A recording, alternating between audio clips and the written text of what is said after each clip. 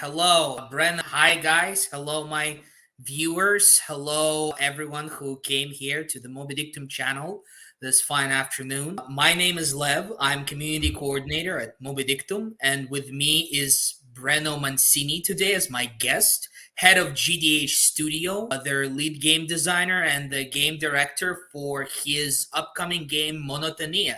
Hi, Breno. It's a pleasure to meet you. Hello everyone. Thank you very much. It's a pleasure, really. And yeah, hi everyone.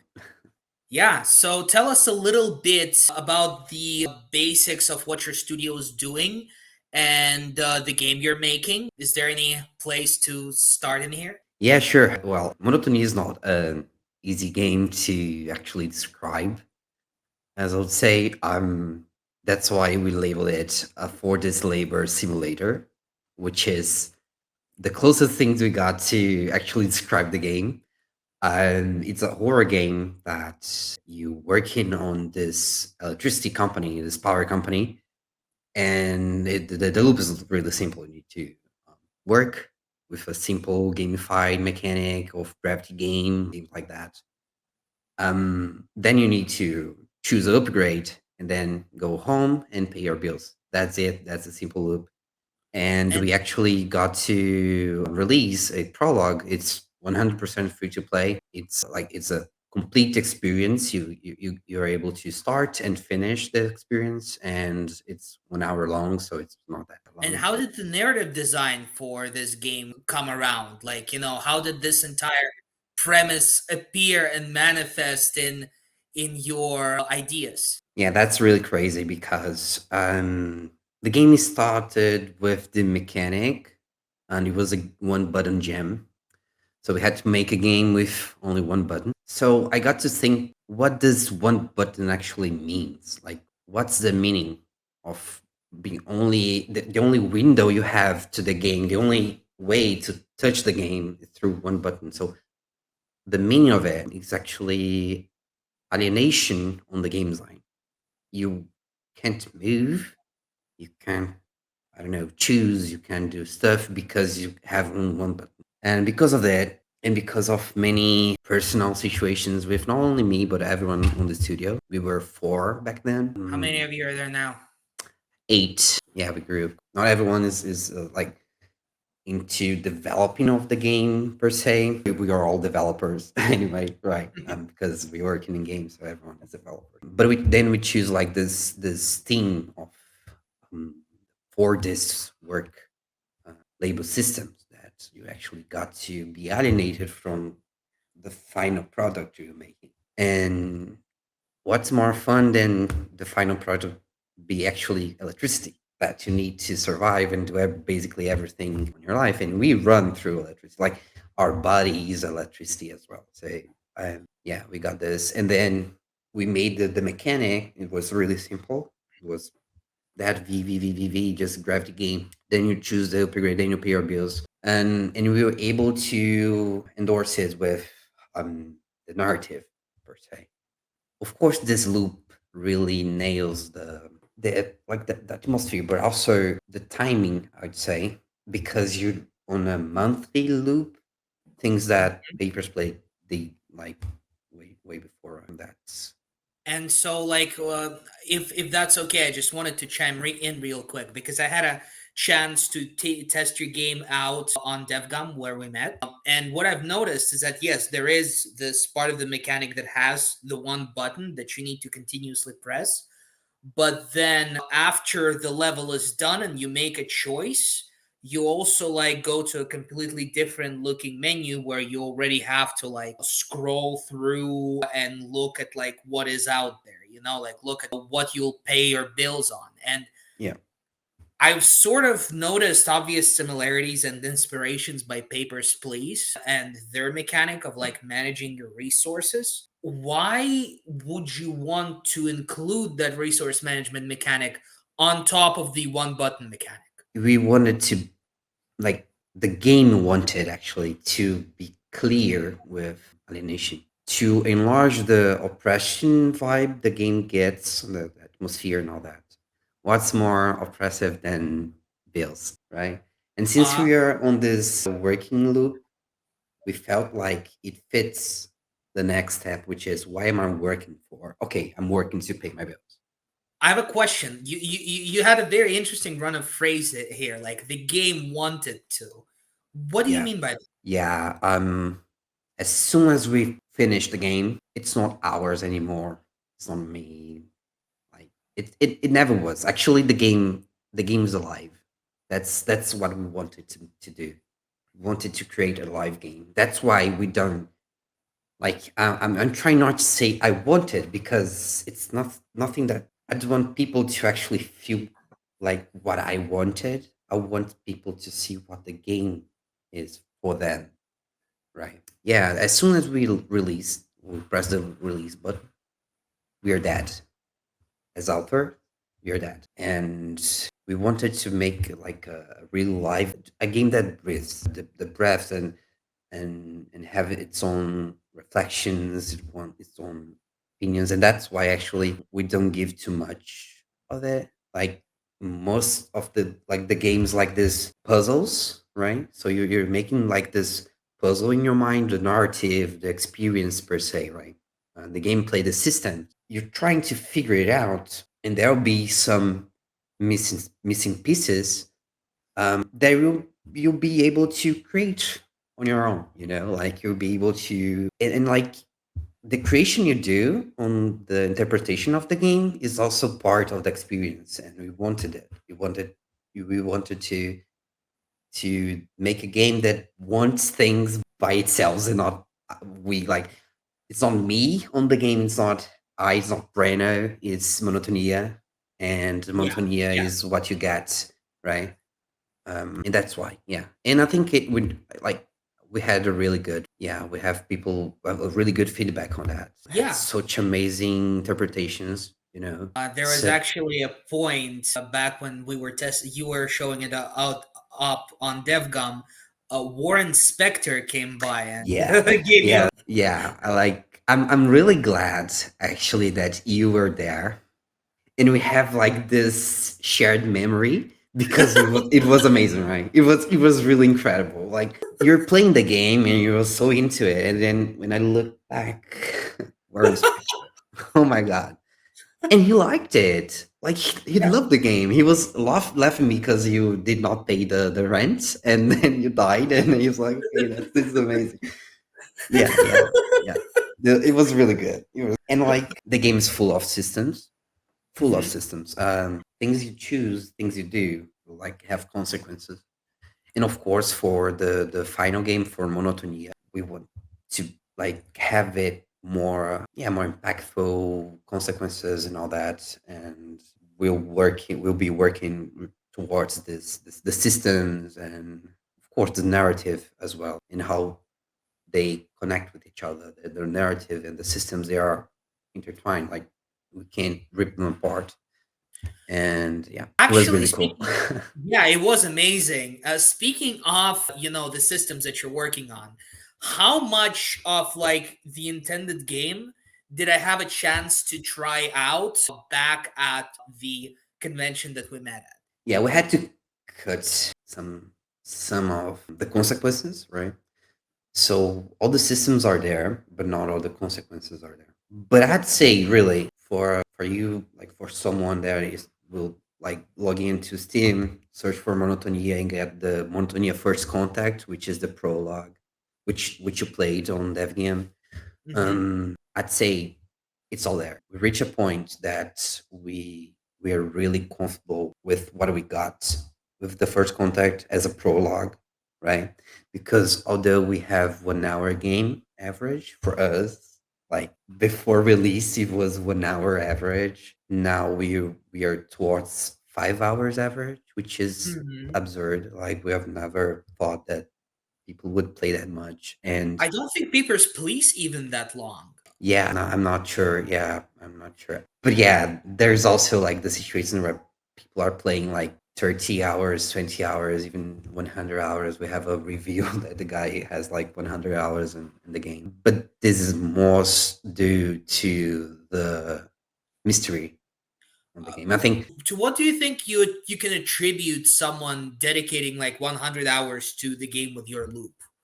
Definitely the mysteries. Definitely. We don't give too much, but there's a lot of things there is hidden in the game. A lot of things. And because we enjoy that, because the game wanted to be like that. At a point, like Monotonia wouldn't be that, I don't know, that enigmatic game that Mhm. turns out to be. But as I mentioned, like the game wanted it and we push for it. So what you play there, it's like the surface, but there's like deep levels and people teaming up to understand those deep levels.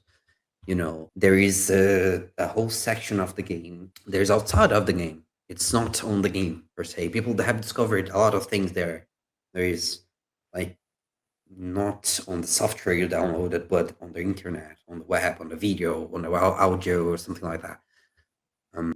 And definitely that's why, because people want to check every goddamn pixel of the game, and so they do. Like they go hard on it, and we And are how really do glad you that. Sorry. are there any specific things that you as a game designer did to make them do that? Yeah. It was all planned. To be honest, yeah. We knew that for someone that wanted this 1 hour experience, they will have 1 hour experience, and they'll be glad with this 1 hour experience. And so, like they do, like, enjoy the game. There are many reviews with 1 hour that is positive and say, well, this game has something in it, and we are eager to the next one, which is Monotonia, right? So we have reviews for the first contact. However, we knew that we had like this branch of narrative systems and mechanics that a 1 hour run wouldn't get. There are bits of information, bits of lore, bits of mechanics and systems even that you won't get through one run of the game. Maybe you get on the third one or the fourth one. You get, oh, this is that. Now I get it. Sorry, but yeah, as game designer, we plan that. We plan these layers of interaction because And again, this makes the games alive. This make the game alive. yeah, I mean, it's interesting how you talk about the game in general because you almost treat it as this separate sentient being that But it you is. It uh is. Like it's a creature. The game is a creature. Like you got to know that creature on Devgan, you know. mhm. But the one you got to meet is different from someone that is going to play on their home like midnight, lights off, and play it. And both are great. Like both are really genuine. And that's the feeling. Like it's a sentient being that people have different opinions. If people have different interpretations, people have different feel of the thing. Even though it's the very same bits of logic, programming, it's the same bytes, it's the same bits. But people see different. For me, this is to be alive. This is to be on the world. This is to be a thing per se. Yeah, you got to talk with the game. Every game we Mhm. play, like we got to talk with the game. We actually got to meet the game, and we sometimes actually think we project this creature we are meeting as the author, but we don't know the author. Like it's just like this reflection maybe of what that person was when they were doing the game, but we don't get to meet them. We know the game because we've been through that. Like we play hundreds of hours of the game, so we know the game, but we don't know the author. And for me, this is Monotonia. And Um, when you and is that how you also like come up with decisions on which mechanics to include and not to include yeah, when yeah, making your yeah, game? yeah, How because do you know that um, a game doesn't want you to include a certain mechanic? Were, I were know there the game. was there at any point like a mechanic you were talking about? Of course, share if you're allowed to, but Yeah. was there at any point a mechanic you were considering implementing, but then you were like, okay, yeah, the game doesn't want that?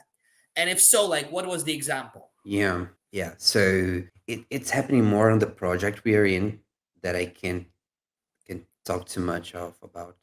But on Monotonia, we have this mechanic that is a eventually you would be able to get a item that pops up a slot machine and you'd be like playing and doing the slot machine at the same time. Initially it was really cool. The concept would fit completely with Monotonia because like the gambling games was also a huge reference for us in terms of alienation for Monotonia. But then eventually it also got quite uncanny, I'd say, because it's so fluffy, so beautiful, and we had to balance on how cute the gameplay would be, and torn because he was surrounded by darkness and eyes and things that got uh, go through your neck and stuff like that. So we felt like it's a feeling. I can't like I don't know how to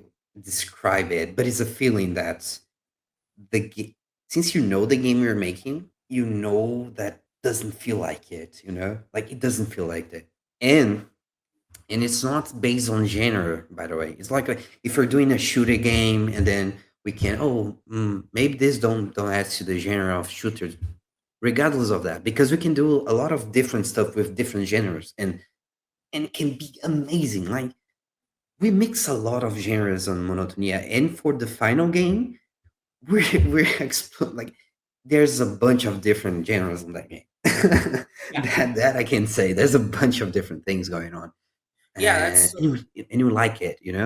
Regardless of the mechanic, it fits the game. yeah, because like I guess I liked what I've seen on DevGum, right? I've liked Really bad. the no, I didn't. I hated it, Breno. I hated every second single moment. I Very liked spectrals. it. I liked it. I liked it. It's just that like I can't give up this like idea that you keep bringing up about feelings and feeling what's right for the game as a Yeah, programmer. And I want to talk a bit about that if that's okay, because yeah, being a game designer myself, it's incredibly hard to make like your dreams, your feelings realized in the code. Is there a mechanic in mm, Monotony that you can't include, even though you feel like you want to, because it will be too hard to code? no, there's a lot of things that I wanted to include, but there is this thing like you think that you won't enjoy the final, like the final game, the final like piece when you like give up of some of the mechanics on the features. But I think you got really free. I mean, creatively free as a creative person when you realize you can love something that is not complete because you realize that nothing really is.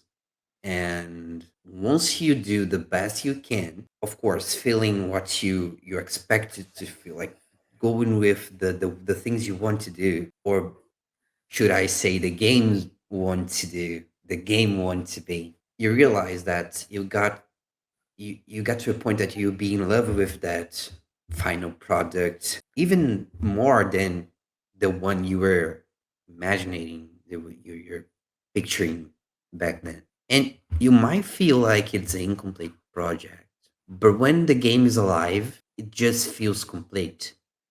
You know what I'm saying? Like it feels you done it. It's there.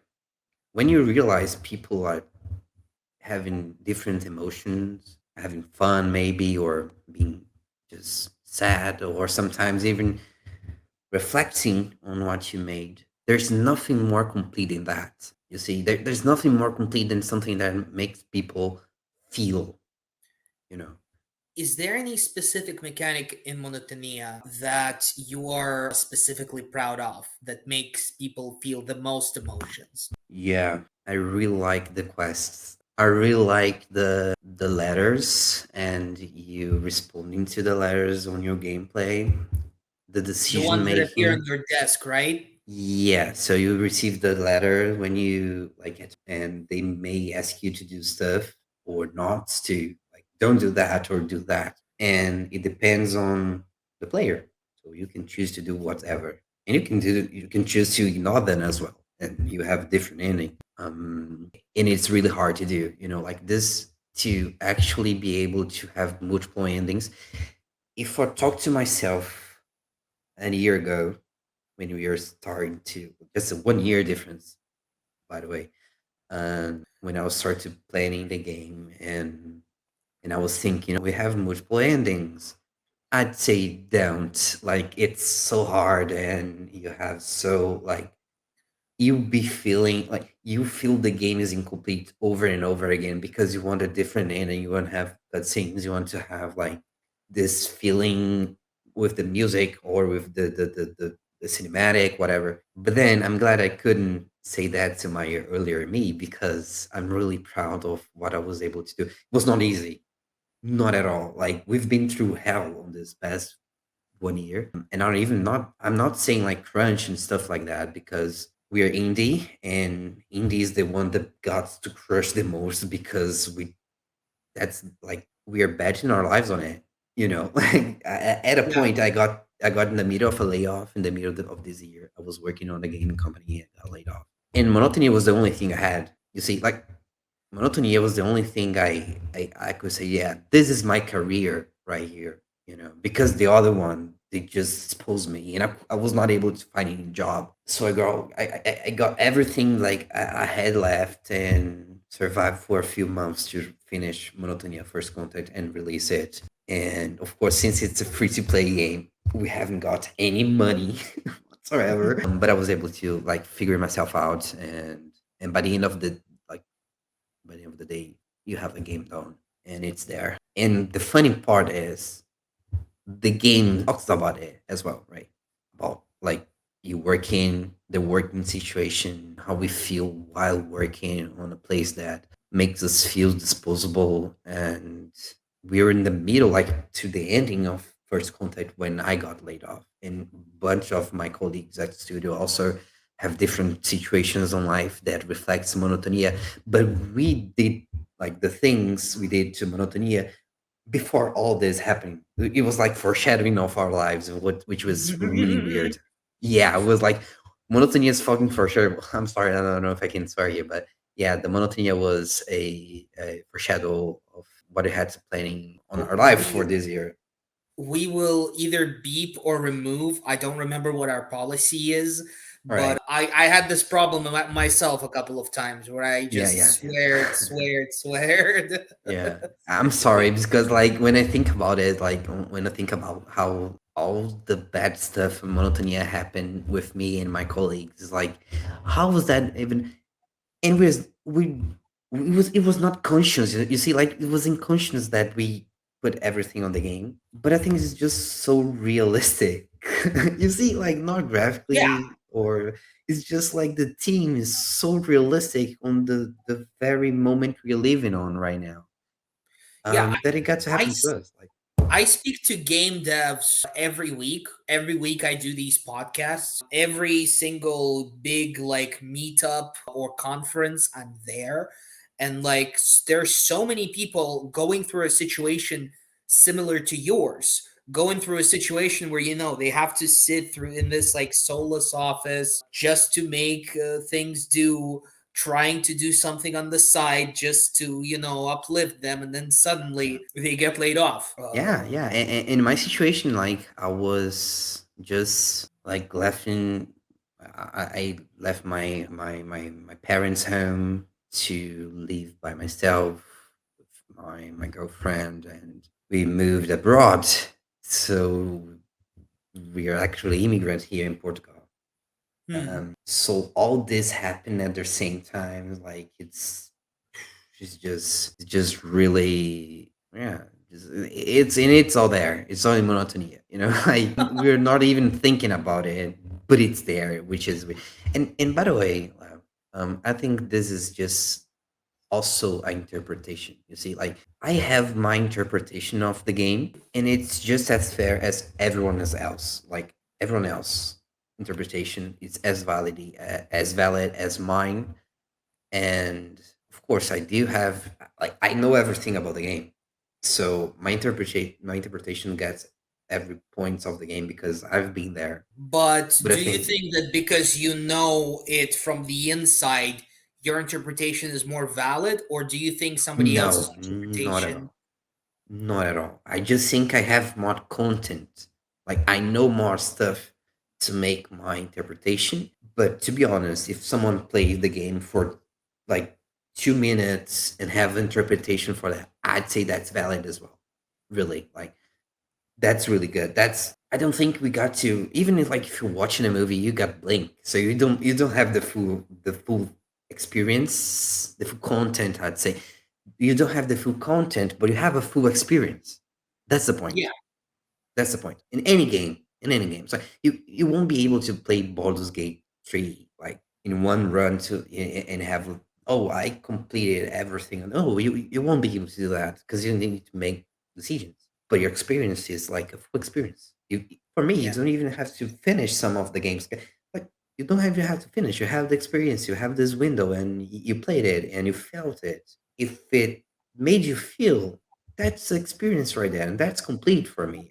Again, that's complete. So I think the same for Monotonia. I think you've like brought up Baldur's Gate 3, which actually brings me to another thing I wanted to discuss. sure, Not Baldur's Gate 3, we're talking about I yeah, wanted to talk to you about like the player choice because you yeah, mentioned that the player could ignore quests, the player could follow them. yeah, And I wanted to ask, how do you facilitate player choice in your games?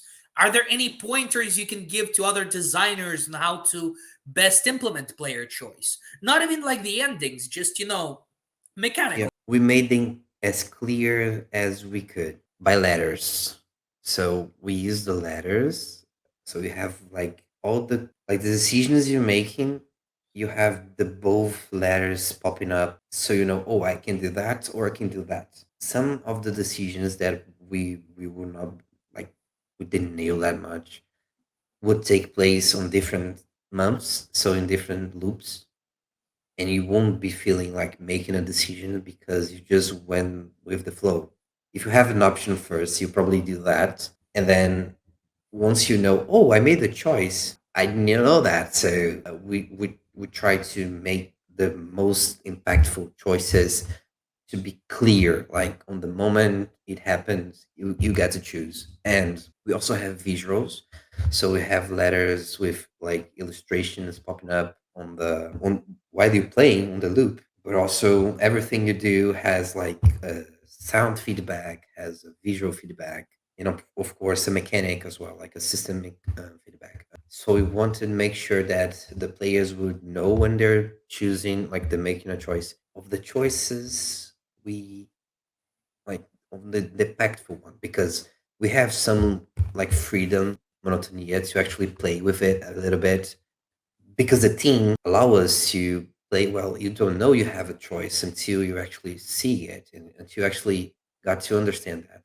you're leaving the alienation, I'd say. But we don't want we should not, and that's the other thing that we were really focused on, not making these tricky decisions to be impactful in a like arbitrary way, like in a really you won't be able to play the game after you do that. No, so that those choices are really like soft one.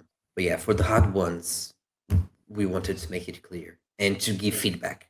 Okay, you made a choice, then this. So like with Uh, the one with the rent, right? Exactly. Yeah. Yeah. And I think we'll nail that because both you and Warren liked it. So it was actually a thing that we were about to remove. Some colleagues were saying, well, like if the player choose not to play the rent, they will die. Why is it there? Like, because it's also a choice. Let them discover it. Like, let them leave it. Like, let them go through it at least once, and they will know. And we have like the achievements, but we also have a message saying home and food, that's where we're fighting for, so they know you need to pay home and pay food. And yeah, that's the thing that the game wanted. Again, that's the thing that we get. And I was saying, no man, like they like, and if you pay attention, like once you finish the like the loop, rent and supply will already be paid.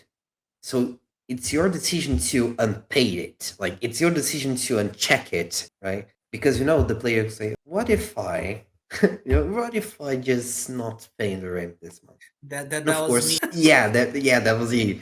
And of course, we want to. It's also we wanted to have different consequences, but we're limited to that. So it's really abrupt. Like you die, that's it, and you have the message. Um, but of course, it's also a consequence, and that's fair for us. Yeah.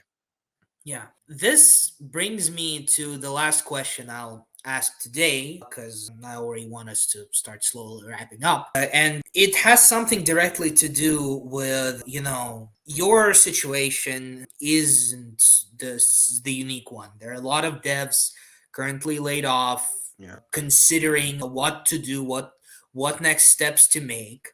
Some of them will inevitably want to go into indie game dev and maybe create a game similar to the one you're doing. And to those devs, is there any advice you can give on what they can do in creating a game after they've just left their corporate job? Yeah. First of all, try to survive. Um, this is crucial. Like, if you want to do your like indie game, a game you want, maybe you have experience, then you can make like the game you always wanted to do your entire life. That's fair. Go for it. If not, don't do that. Go for like a small game.